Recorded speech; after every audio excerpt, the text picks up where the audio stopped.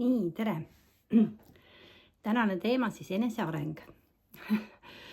Ja see on huvitav sihuke pall, mida siin on veeretatud ja mida ma siin olen oma tuttavatega ka veidi veeretanud ja natuke tahan sinuga siis jagada.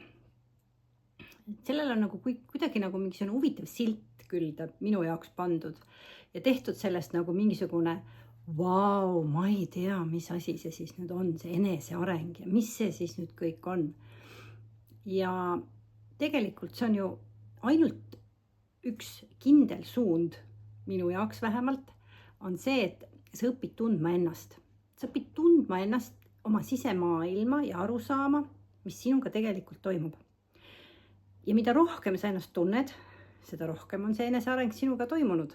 Nii et kõik see, mida sa iseendale oma sisemise häälega räägid, kõik see, mida sa vastu võtad sealt välismaailmast ja enda jaoks tõlgendad, ja mida rohkem sa võtad ära eest endal neid roosasid prille, siis seda rohkem sa tegeledki ise enesearenguga.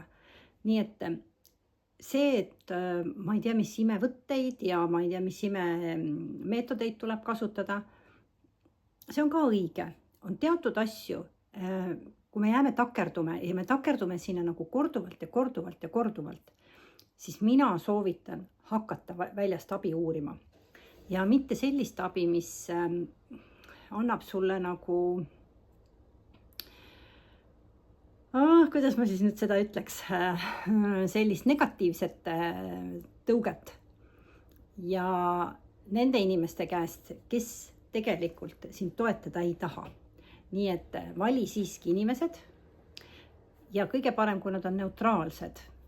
Need neutraalsed inimesed sinu jaoks, kes annavad adekvaatset vastust, sest me elame väga suures harjumuste ja illusioonide mullis. Ja vot see on see enesearengus, mis on vaja enda jaoks avada. On vaja enda jaoks avada need kohad, mida ma olen endale loonud, mis pildi ma olen endale endast loonud, mis pildi ma olen loonud teistest inimestest ja mida ma siis väga tõsiselt usun. On muidugi selliseid kõrvalekaldeid inimeste seas, kellel on väga keeruline seda teha, kellel puudub empaatia, kes võib-olla ei suudagi endasse vaadata, neil on väga sellised tugevad raamid, nartsissistlikud raamid ja seal on väga keeruline üldse teiste poolt mingisugustki informatsiooni vastu võtta. Ja need inimesed muidugi ei satu ka, ma arvan, et nad mind ka ei kuula.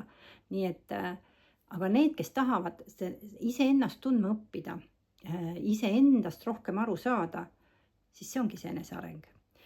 Ja minul on selleks väga mitmed koolitused, mul on väga mitmed võimalused selleks.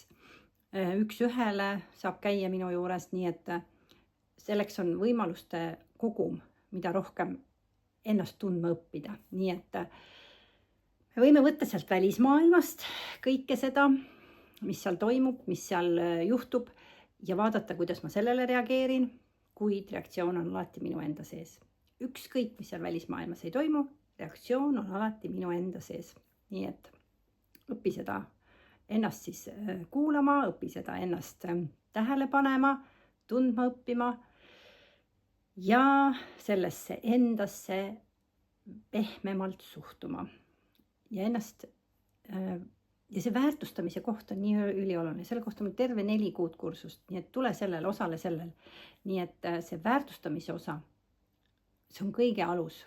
Ja seal on nii palju erinevaid tahke, nii palju erinevaid nüansse, mis on vaja enda kohta teada saada, selleks, et see enda väärtus tõuseks.